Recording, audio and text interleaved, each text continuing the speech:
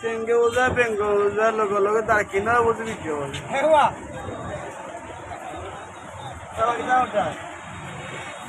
কালাপুর বাজার অ্যাক্সিডেন্টে অনেক ক্ষতি হয়ে গেছে।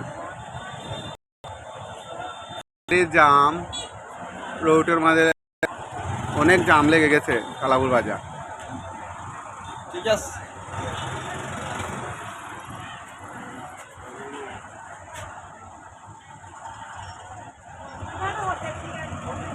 ও তো ওই গাড়ির উবা করে রাখো ও অভিগঞ্জে আটক করা হয়েছে।